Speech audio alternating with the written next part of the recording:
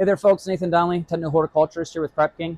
I'm back out in the tomato house today, and with spring coming here very soon, I'm going to start getting lots of calls about pest issues out in the greenhouse. And so I got my box of biological controls, so good bugs that eat bad bugs, in today, and I'm going to be putting them out here. I got the Swarovski Ultimate sachets, and I really like these because I get a bunch of different ages of Swarovski mites inside of this sachet. And so this will be good preventative control for the next 4 to 6 weeks.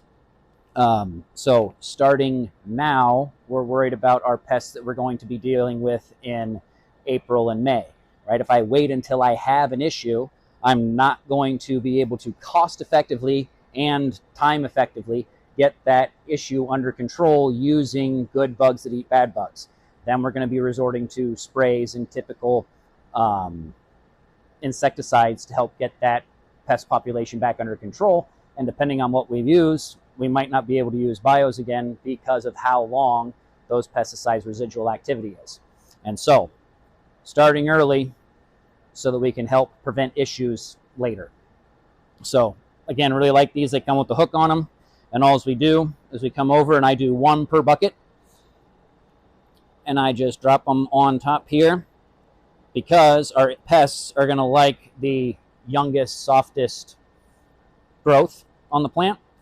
And so by having our sachet in that space, we're going to be able to concentrate our good bugs in the area where most of our bad bugs are going to be. And so Swarovski mites, they are a predator. The other thing that I have in here is some apivar. They're a parasitic wasp that targets aphids. So basically they lay their egg inside of the aphid, and then the egg hatches, turns into this larva. The larva eats the inside of the aphid and then uses its exoskeleton as its cocoon to create a new adult, and then it emerges and creates the whole process over and over again. So again, preventative. Right, I've had issues with aphids outside last year.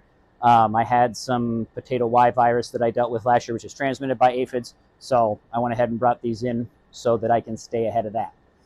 And our Swarovski mites, those are targeting our whiteflies and our thrips, and this is targeting our aphids.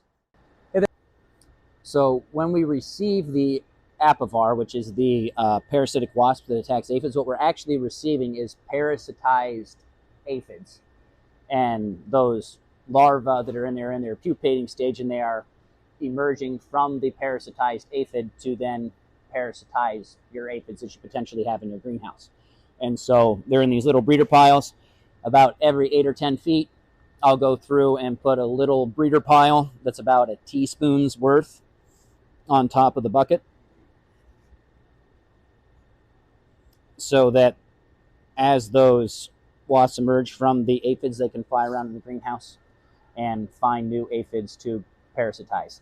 And again, I am unaware of any big issues that I have in the greenhouses here. This is a preventative application. So I feel that here very shortly we're going to be having pressure coming in from outside. So I want to make sure that I've got my good bugs in place already in the greenhouse to help take care of those pressure issues that are going to be coming in from outside. Not waiting, because it takes me a week to get these, right? I placed this order last week, and then it takes a week for them to show up. If I waited for a week before, if I had an issue and then I waited a week to place that order, I could have an even bigger issue, because the whole time I'm waiting on my bugs to show up, the bad bugs are reproducing, creating a bigger population that is going to be more difficult to control. So, got to stay ahead of the curve.